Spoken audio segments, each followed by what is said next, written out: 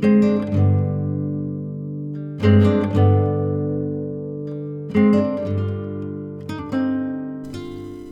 here's another great ride of about 30 miles, and it's along the coast of Kent, the north coast of Kent. And you can see here just outside London, here's right in the corner, and we're starting just north of Broadstairs in Kingsgate. We work our way along to Margate, then follow round, and it's pretty much cycled route all the way. We get to Westgate-on-Sea, is a little sort of difficult bit there, and then Birchington-on-Sea. Then we head our way to Herne Bay, and we're pretty much following the coast the whole way, as you can see. Then we get onto the Oyster Bay Trail, and you can see one place where we went wrong here, where we carried along all the way along the seafront, and it just comes to a grinding halt later on. So that's at just outside Westgate-on-Sea, and then we work our way through. So that's one of the routes. This is the second one, which is where it's in Birchington really, and you just have to make sure that you follow the path. We followed the concrete and it went to nowhere. You can see where we went the first time, but then when we came back we took this cycle track which is in grass, and then there was another place here where we didn't take the little ramp the first time around, and that puts in the wrong place. So here we go, Kingsgate, Margate, all the way along, right along the seafront. There's where we went wrong the first time. There's a little dog leg where we went wrong the second time. You get onto the cycle track, and then you go all the way along past Herne Bay up to towards Herne Bay, and then we get down into the town of Herne Bay. And we've just gone past the town of Reculver, so we stop there, and then it's pretty easy. We trace our route back, slightly different because we get it on the whole right on the way home. This bit's fun. Of course you wouldn't do it if there was a howling gale and a storm, because some of it is right down towards the sea and there's not much there. So as you see, 32 miles round trip. So we started here at Kingsgate on the top. There's not a lot of parking around there, but there is parking. You've just got to find it or pay for it. And you work your way along the top of the sea, looking down over the cliffs down. Looks as if it was once an old airfield or something like that. Work our way into the edge of the town of Margate. And we follow along the seafront. Sometimes we have to come in from the front and then go back again, and there's some gardens on one side or other. So here we just sort of move around through the town, and then we drop down through what looks like a harbour, back to the seafront, down through the town, the edge of the town. This is officially cycle track, but it's a shared cycleway, so do be very careful. And we share this cycleway. We work our way round over the top of the seafront. And then at this point we're really underneath the cliffs. So as we work our way down, we've got the cliffs on one side and we're on the other. You just got to be a bit careful. You have to come inland around there, and we follow the concrete around, and the key thing is don't go too far. So turn left just here. You can see it now. So there is a way up back there, and you can see we got caught, so we had to turn round, and you have to go up this little thin cut through back onto the road. So don't make that same mistake as us. It makes the journey home a little bit shorter.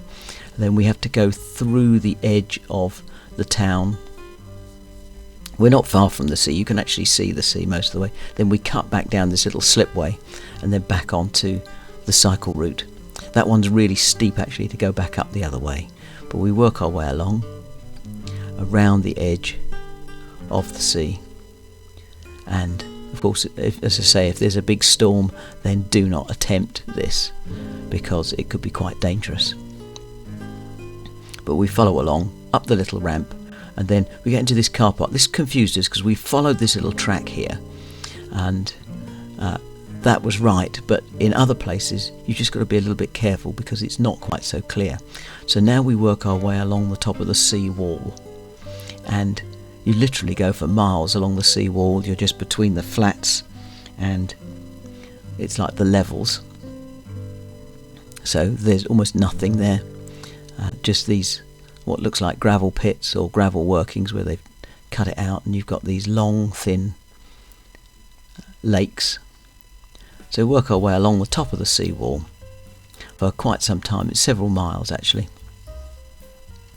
Be careful because there are people walking the other way, and you can see the towers at Reculver up on the top of the hill there, working our way round, and we went up and had a little look. That's where the path goes, and then it just drops down again on the other side through the car park. Now at this point you have to be a bit careful because we followed the wrong track, so we then had to turn round, come back again and get onto the grass, and we followed this track, but actually you're not really supposed to be on this bit. The proper route is up here. Well, we went round the houses, but the proper route is actually along the edge of the grass, and there is a bit of like reinforcing underneath the surface of the grass, but it's over on our left, so now we've found it. But that's it. It's very unclear. It's not well marked at all, and it's one of these reinforced matrix, but the grass is growing through it, but you couldn't find it. So that's what you've got to watch out for when you get past the towers at Reculver. So we work our way up over the top, and then we go through the edge of a little country park. There is parking there, round a little bit of a housing estate, and then once we work our way through that, we sort of drop down this little back road into the edge of the country park. As we work our way through, had a little chat with somebody, and then we drop our way down, back down onto the sea, and now we follow the seafront essentially all the way into Herne Bay. And you can see this is the last day in October.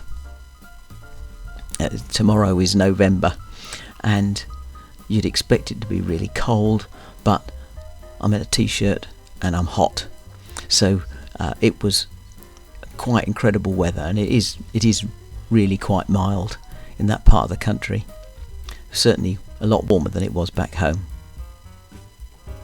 So we work our way past all the fishing rods and everything else, and at that point we decided it would be probably quicker to go, or better to go along on the road, and then we get off a bit further up, and then we walk through the pedestrianised areas, and then sat down, had our sandwiches, sitting on the beach looking out.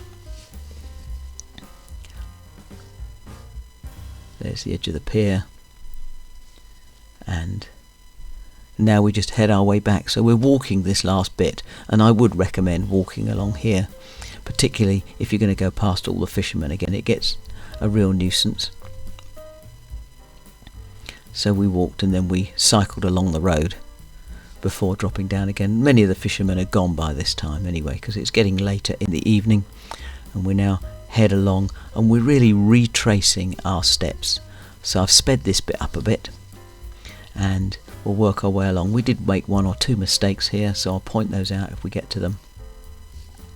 But you can see we're following along the concrete path. We now have to ascend up into the corner of that little housing estate, through the little country park into the housing estate, and around. Road surface was all falling apart, but generally there's been nothing that would stop you being able to do most of this route with kids. And then we're back onto that path, but we found it this time when you start at the top. So as you can see, it's just a matrix with grass growing through it, meant to be protected, but it's really hard to find. And then we come out, rejoin the track, and now we are on the cycle path. You go round the back of the pub, over by the towers at Reculver, and then follow the track along. And now we're in countryside. Now if it was windy it would be very blowy here, but it was actually still a warm evening. The sun is beginning to go down. It's quite low here, but the temperature hadn't dropped at all, so we're well into right on the edge of 20 Celsius, even though tomorrow is November. So the people we are visiting moved down there, and they've got a wonderful garden that doesn't seem to be affected by frost at all. So we follow along the top of the seawall. I think it's called the Oyster Bay track. Work our way along here, back through the car park and back onto the seawall. Now you just need to be a little bit careful here. That's where we went wrong, so we had to turn around and go back, but it was only a few yards, but we needed to make sure we came down. Then you follow this along, and then the key bit is to remember this little cut through track that takes you back up. So don't miss that, or you'll get stuck in the wrong place. So we go back up. This is really steep, and now you have to go back on the road and around this field. Work our way along.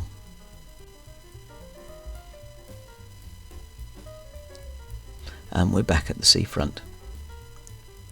We stopped here. There was a place where we could fill up with water at the edge of that little cafe there, and then back along underneath the cliffs, and we're heading back towards Margate now.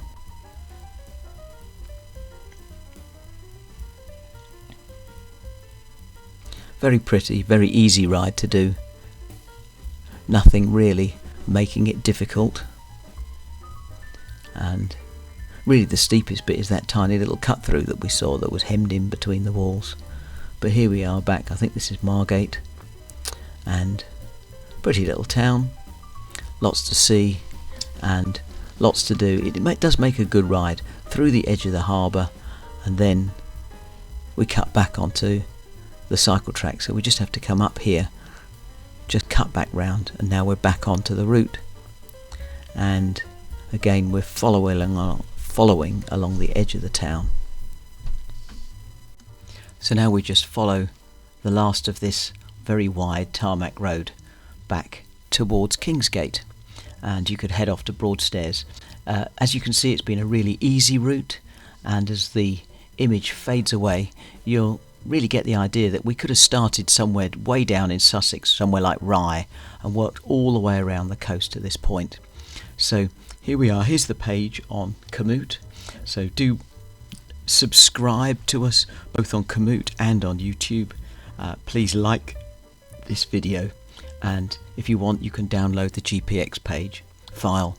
I don't think you'd really need it for this journey, and you could, as I say, start in Rye, work all the way around the coast and get towards Whitstable and beyond. And don't underestimate the value of Canterbury stuck in the middle. So until the next ride, we'll sign off here, and like and subscribe, and we'll see you on the next ride, which is either back in Surrey or maybe it'll be Exmoor. Take care, bye for now.